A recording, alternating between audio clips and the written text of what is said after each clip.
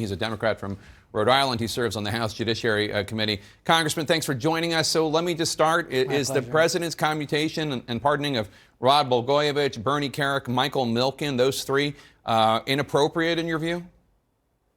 Of course it is. Look, this is the president who claimed that he was genuinely concerned about corruption, and that's why he was attempting to persuade or extort the new president to launch a bogus investigation against his chief political rival.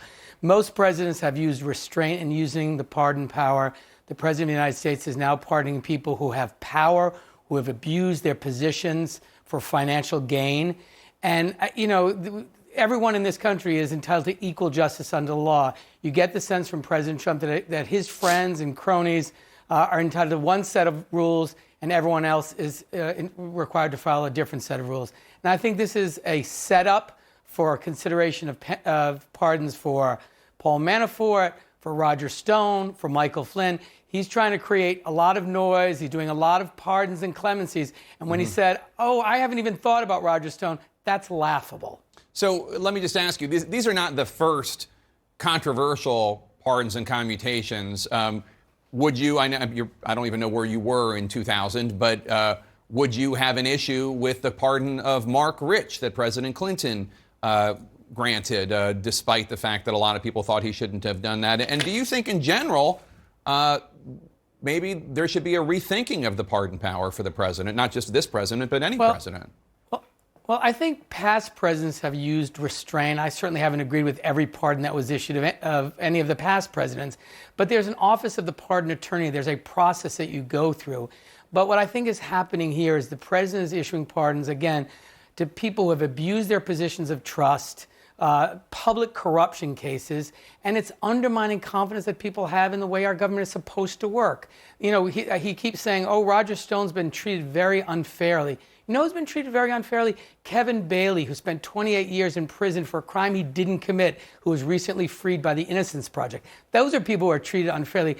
But the idea of using the pardon power to take care of friends or to begin to set the stage so you can provide pardons or clemency to your close associates is very dangerous. And I think what the president is doing is issuing these pardons on the eve of Roger Stone's sentencing, so that he can now consider pardoning him, pardoning Paul Manafort, pardoning Michael Flynn. That's particularly dangerous and different. When you're pardoning people who are close associates, who have engaged in activities and have been the subject of investigations that involve the president, a pardon in that context is very, very different. Take a listen to something President Trump said this afternoon about his involvement with Justice Department matters, including the Roger Stone case. Just so you understand, I chose not to be involved. I'm allowed to be totally involved. I'm actually, I guess, the chief law enforcement officer of the country, but I've chosen not to be involved. Is he wrong about his authority?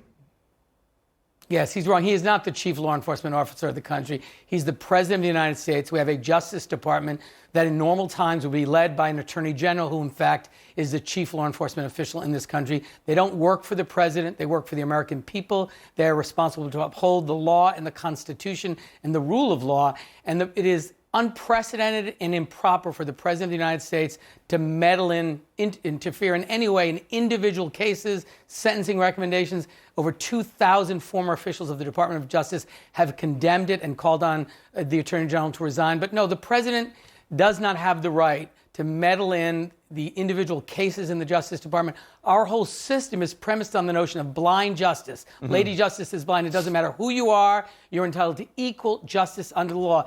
Not friends of the presidents don't get one set of treatment, and people who don't know the president get a different kind of treatment. That's not the way the justice system is supposed to work. Congressman, Democrats impeached the president.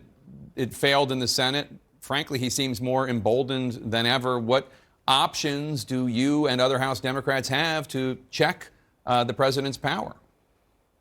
Right. I mean, we will, of course, I expect to have hearings on this. There's a process that the president is expected to follow in granting pardons or granting clemency. We'll try to bring attention to this issue on behalf of the American people. We'll continue to do oversight.